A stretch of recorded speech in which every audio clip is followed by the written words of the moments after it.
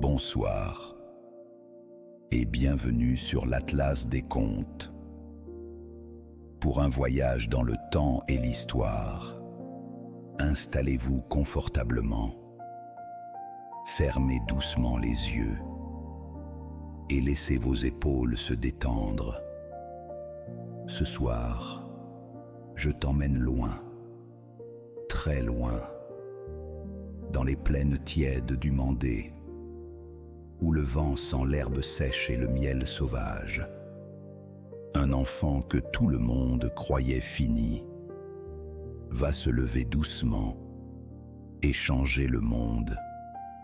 Pose ta tête, laisse les tambours lointains te bercer.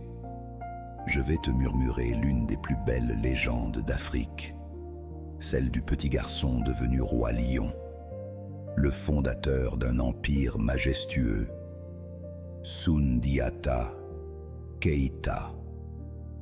Respire lentement, l'histoire commence maintenant.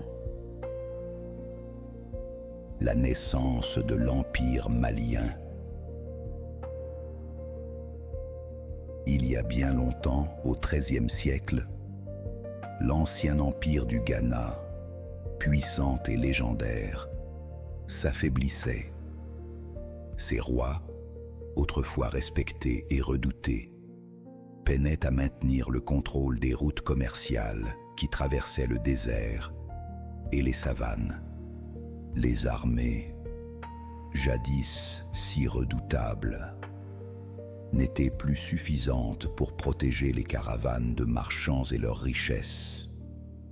Des provinces entières commençaient à revendiquer leur indépendance. Dans ce tumulte, un royaume redoutable s'élevait, le royaume du Soso. À sa tête, Soumangourou, le roi forgeron, imposait sa domination par la peur et la violence. On disait de lui qu'il était invincible, protégé par des sortilèges puissants, entouré de mystères que nul ne pouvait comprendre. Dans les villages, on chuchotait son nom avec crainte, et ses ennemis tremblaient rien qu'à l'idée de croiser son chemin. C'est dans ce contexte troublé qu'un enfant naquit, un enfant destiné à changer le cours de l'histoire. Il s'appelait Soundiata Keïta. Sa naissance fut entourée de signes mystérieux, de présages qui racontaient aux anciens que ce garçon serait exceptionnel. Sa mère, Sogolon, venait du pays de Do. Elle était connue pour sa laideur, mais aussi pour sa grande sagesse et ses dons secrets. On la surnommait la femme buffle, pour la force et la détermination qui semblait émaner d'elle. Son père, Naremagam, était roi de Niani, un petit royaume du Mandé, niché au cœur de terres fertiles et baigné par le soleil. Ensemble, ils étaient le début d'une légende, une histoire qui allait traverser les siècles et les rivières, portée par les griots, ces conteurs et gardiens de la mémoire africaine. Mais Soundiata ne ressemblait pas aux héros des contes que l'on raconte aux enfants. Il naquit avec des jambes difformes, incapable de marcher pendant de longues années. Il traînait son corps sur le sol, observant le monde depuis cette position humble. Ses demi-frères se moquaient de lui et les courtisans le méprisaient. Pourtant, Sogolon savait que cet enfant portait en lui une force immense. Patiente et protectrice, elle veillait sur lui, attendant le moment où sa véritable nature se révélerait. Les nuits, elle murmurait des chansons de courage et de sagesse, évoquant les exploits des ancêtres et les secrets de la forêt et du ciel. Sundiata écoutait, absorbant chaque mot, laissant ses histoires pénétrer son esprit et façonner son cœur. L'enfance de Sundiata fut marquée par l'humiliation et l'adversité, mais aussi par l'apprentissage silencieux de l'observation et de la patience. Il apprenait des gestes de la nature, la manière dont les rivières contournent les rochers, comment le vent caresse les feuilles, comment le lion se déplace dans la savane avec puissance et discrétion. Il développait son esprit et sa sagesse, comme une fleur qui pousse lentement sous le soleil brûlant et la pluie légère.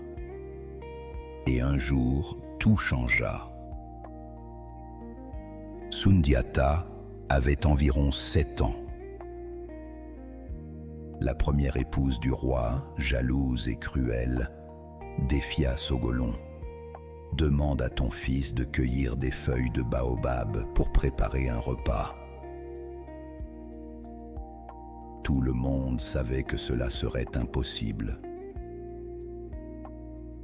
Mais ce jour-là, quelque chose d'extraordinaire se produisit.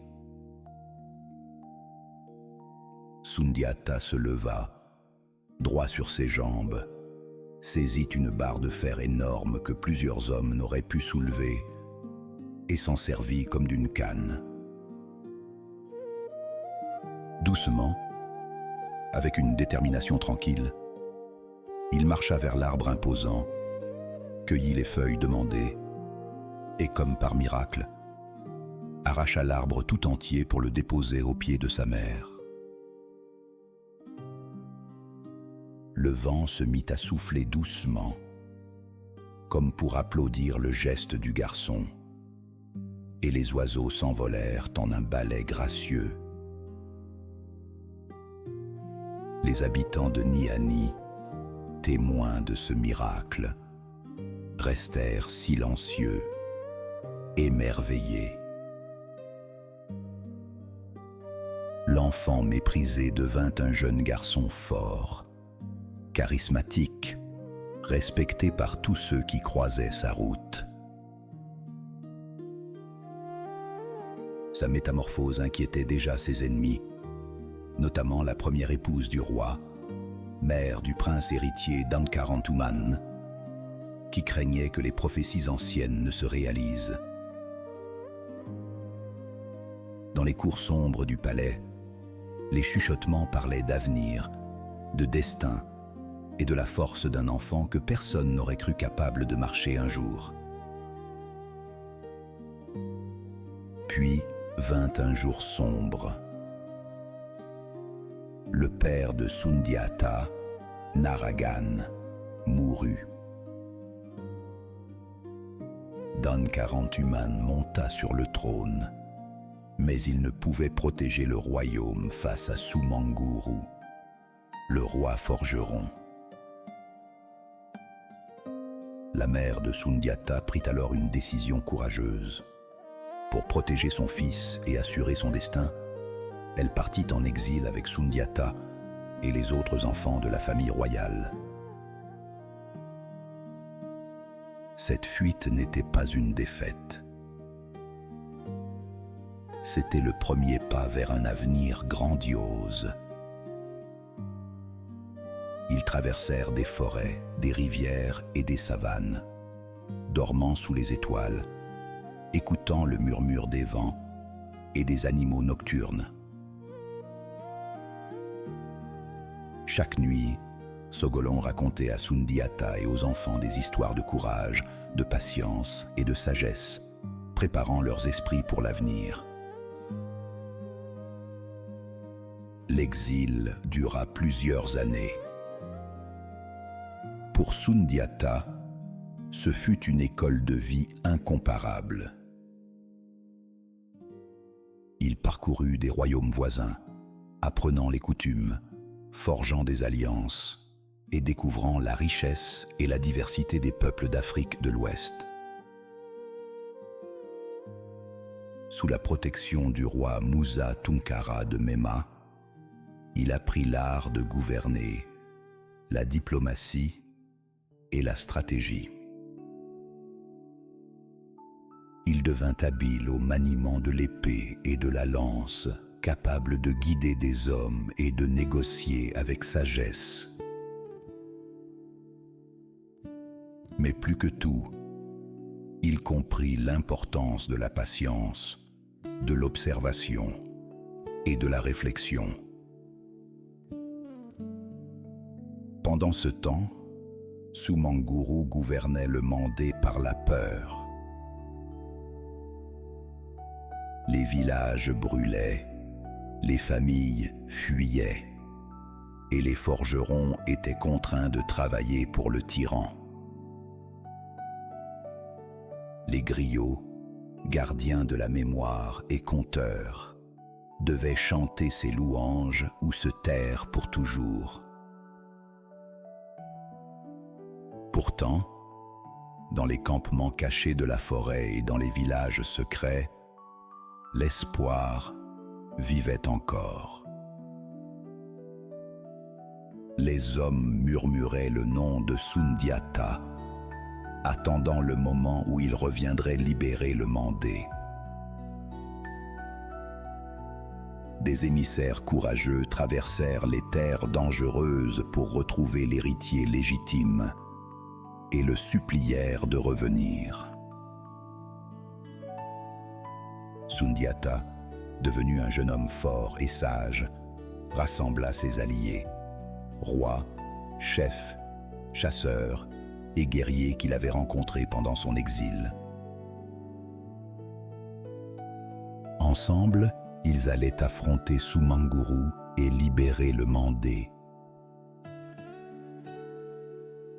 Avant de partir, Sundiata reçut un secret précieux de Nanatriban, la sœur de Sumanguru, tombée éperdument amoureuse de lui. Une nuit, Nanatriban, le cœur déchiré entre son frère et son amour, avait pénétré dans la chambre interdite de Sumanguru. Elle avait saisi le coq blanc sacré et arraché l'éperon acéré de sa patte, les larmes aux yeux. Elle le tendit à Sundiata et lui dit « Avec ceci seul, tu le vaincras ». Elle lui révéla que la force de Sumanguru venait d'un talisman, un coq blanc dont la crête contenait son âme. Tant que cet animal vivrait, le roi forgeron resterait invincible. Mais il avait une faiblesse. Une flèche taillée dans l'éperon du coq pouvait le vaincre. Après de nombreuses années d'exil, Sundiata avait rassemblé une armée impressionnante. Il avait su convaincre de nombreux alliés, tous unis par la justice et le désir de libérer le Mandé. À ses côtés se trouvaient les guerriers de Mema, les chasseurs du Mandé, les forgerons rebelles et les griots, ces conteurs qui portaient la mémoire des ancêtres et insufflaient courage et inspiration aux hommes. Chaque guerrier, chaque allié savait que le destin de l'Afrique de l'Ouest reposait sur leurs épaules. La route vers la bataille de Quirina était longue, traversant forêts, savanes et rivières. Le sol tremblait sous le pas des cavaliers et des porteurs d'armes, et le vent semblait porter leur détermination.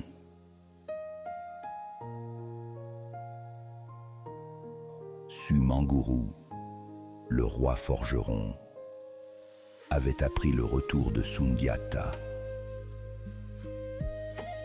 Depuis sa capitale de Sosso, il avait rassemblé ses guerriers les plus redoutables. Son armée était imposante, sombre et menaçante. Les guerriers portaient des protections de fer, leurs chevaux étaient couverts de métal et tous semblaient prêts à écraser quiconque oserait les défier. Mais malgré leur puissance, une inquiétude commençait à se glisser dans le cœur des soldats. Depuis des années, ils voyaient grandir le nom de Sundiata comme un murmure d'espoir. Et ce murmure se transformait maintenant en un souffle menaçant.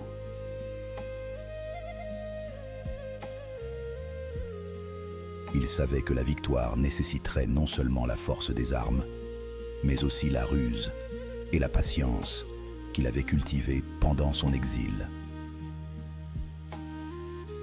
Le jour de la bataille arriva. À l'aube, la plaine de Quirina s'éveilla sous la lumière orangée du soleil levant. Les brumes du matin s'effaçaient lentement, révélant les armées alignées, prêtes à s'affronter. D'un côté, l'armée de Sumanguru, imposante et disciplinée, avançait avec un pas lourd, les étendards noirs flottant dans le vent. De l'autre, l'armée de Sundiata, colorée et diverse, rassemblait tous les peuples du Mandé, unis dans un même élan. Les tambours résonnaient, battant la cadence de la guerre, tandis que les cornes annonçaient le début du conflit. Les griots, debout sur les monticules de terre, chantaient les exploits des héros, ravivant l'esprit des guerriers et insufflant une détermination silencieuse. Lorsque les deux armées se heurtèrent, le choc fut terrible. Les lances se brisaient, les épées s'entrechoquaient, et la poussière soulevée par les combattants obscurcissait le soleil. Les cris et les bruits des combats résonnaient dans toute la plaine, mêlés aux hennissements des chevaux et aux ordres des chefs. Sumanguru, au cœur de la mêlée, semblait invincible. Aucun guerrier ne pouvait l'atteindre, et sa seule présence démoralisait les troupes ennemies. Il frappait avec une force qui semblait surnaturelle, et les sortilèges qu'il possédait entouraient sa personne d'une aura intimidante. Pourtant, Sundiata observait, calme et attentif. Chaque mouvement de l'ennemi, chaque stratégie de Sumanguru était analysée avec patience. Il savait que la victoire ne résiderait pas uniquement dans la force brute. Les années passées à observer, apprendre et s'entraîner allaient enfin porter leurs fruits. La plaine de Quirina était le théâtre d'une confrontation qui dépassait les simples intérêts personnels. C'était l'affrontement entre la tyrannie et la justice, entre la peur et l'espoir, entre un roi cruel et un leader destiné à unir un peuple. Alors que le combat faisait rage, Sundiata mit en œuvre le plan révélé par Nana Triban. La flèche taillée dans l'éperon du coq blanc fut préparée avec soin. Les guerriers autour de lui comprenaient que ce moment était crucial.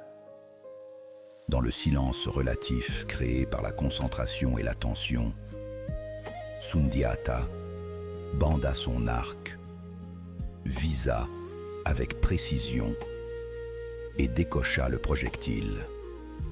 La flèche fendit l'air, semblable à un éclair de lumière, et atteignit Sumanguru en plein cœur. Pour la première fois, le roi forgeron ressentit la fragilité de la vie et son invincibilité, jusque-là absolue, s'évanouit. Son cri de rage et d'incrédulité résonna dans la plaine, et son corps s'effondra sur le sol. La mort de Sumanguru changea immédiatement le cours de la bataille. Ces guerriers, voyant leur chef tomber, furent saisis de panique. L'armée du tyran se dispersa dans toutes les directions, et ceux qui tentaient de résister furent rattrapés par les hommes de Sundiata. La victoire était désormais proche, et le cri de triomphe des guerriers de Sundiata s'éleva, résonnant à travers toute la plaine et jusqu'aux confins de l'Afrique de l'Ouest. Cette victoire ne représentait pas seulement la fin d'un conflit militaire. Elle marquait le début d'une ère nouvelle, celle de l'Empire du Mali. Sundiata n'était plus seulement le roi de Niani, il était devenu le Mansa, l'empereur, le fondateur d'un territoire immense qui s'étendrait de l'Atlantique au Niger. La liberté et la justice commençaient à s'installer dans les villages et les cités qui avaient longtemps été opprimés par la terreur. Après la bataille, Sundiata ne céda pas à l'euphorie. Les cris de guerre ont laissé place à un calme majestueux. Les rivières reflètent les derniers rayons du soleil et les forêts ondulent doucement sous la brise. Le paysage est celui d'un territoire vaste et fertile, prêt à accueillir un nouvel ordre.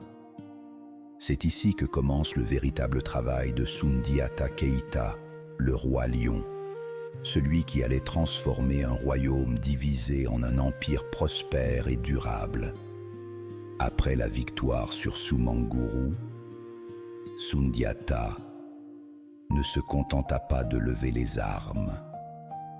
Il comprit que la paix et la justice nécessitaient davantage que la seule force militaire. Pour unir les peuples du Mandé, il convoqua une grande assemblée à Guébara, au centre des terres qui avaient été libérées. Des chefs, notables, guerriers et représentants de chaque village vinrent des 4 coins de l'Empire. Pendant 40 jours et 40 nuits, sous les grands fromagers sacrés, ils discutèrent, partagèrent leurs idées et décidèrent ensemble des lois qui gouverneraient le Mali.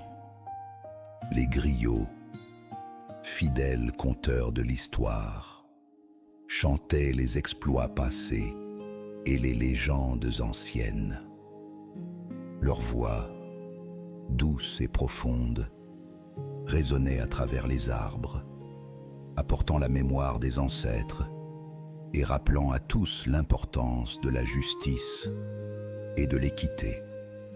Les jeunes guerriers, assis parmi les anciens, écoutaient avec respect, et les voix des femmes, souvent porteuses de traditions et de savoirs ancestraux, étaient entendues et respectées.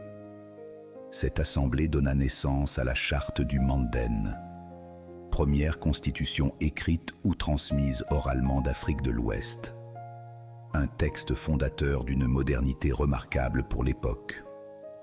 La charte du Manden établissait des principes révolutionnaires: l'égalité entre tous les hommes libres de l'Empire, la protection des faibles et des opprimés, et l'interdiction de l'esclavage des prisonniers de guerre.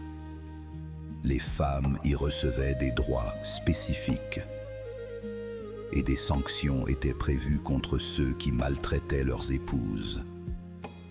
Les traditions des différentes provinces furent respectées, mais intégrées dans un cadre commun.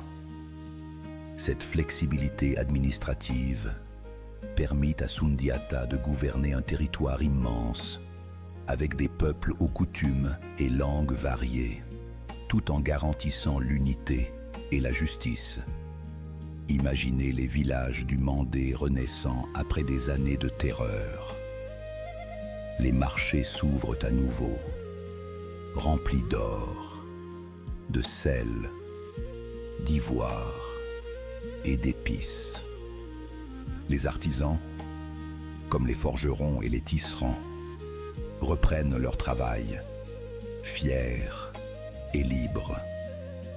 Les chasseurs et les paysans observent la terre, sûrs que leur travail est protégé et respecté. Les routes commerciales, qui relient l'Empire aux régions lointaines, commencent à bourdonner d'activité. Les marchands traversent les savanes et les déserts, apportant avec eux des nouvelles, des biens et des savoirs. Sundiata renforce aussi l'unité par des alliances matrimoniales. Il épousa plusieurs femmes issues des principales lignées nobles des provinces, créant des liens de parenté qui assuraient la loyauté des chefs et la cohésion politique de l'Empire. Ces alliances n'étaient pas seulement diplomatiques, elles permettaient un échange culturel et économique entre les différentes régions. Les épouses royales jouaient un rôle actif, souvent comme médiatrices et conseillères, et leur influence contribua à stabiliser les provinces et à renforcer la justice. L'organisation militaire fut également repensée. Sundiata savait que la sécurité de l'Empire était essentielle pour sa prospérité. Des garnisons furent installées dans des points stratégiques et des guerriers expérimentés furent chargés de protéger les villages et les routes commerciales. Mais la guerre n'était plus un outil d'oppression. Sentez la paix qui règne sur l'Empire, la justice et l'équité qui imprègnent chaque village et chaque maison. Respirez profondément. Sentez la chaleur du sable sous vos pieds et laissez cette légende apaiser votre esprit. La grandeur de l'Empire du Mali, né de cette histoire, est maintenant un souffle de paix qui accompagne votre sommeil. Fermez les yeux une dernière fois. Laissez les étoiles du Mandé illuminer votre esprit. Les vents du Sahel, caressez doucement votre visage et sentez la sérénité de cette histoire vous envelopper. La légende de Sundiata Keïta, le roi lion, vous accompagnera dans vos rêves, rappelant que la patience, le courage et la justice peuvent changer le monde. Si l'histoire vous a plu, n'hésitez pas à vous abonner pour d'autres contes du monde entier. Le conteur vous souhaite une douce et agréable nuit.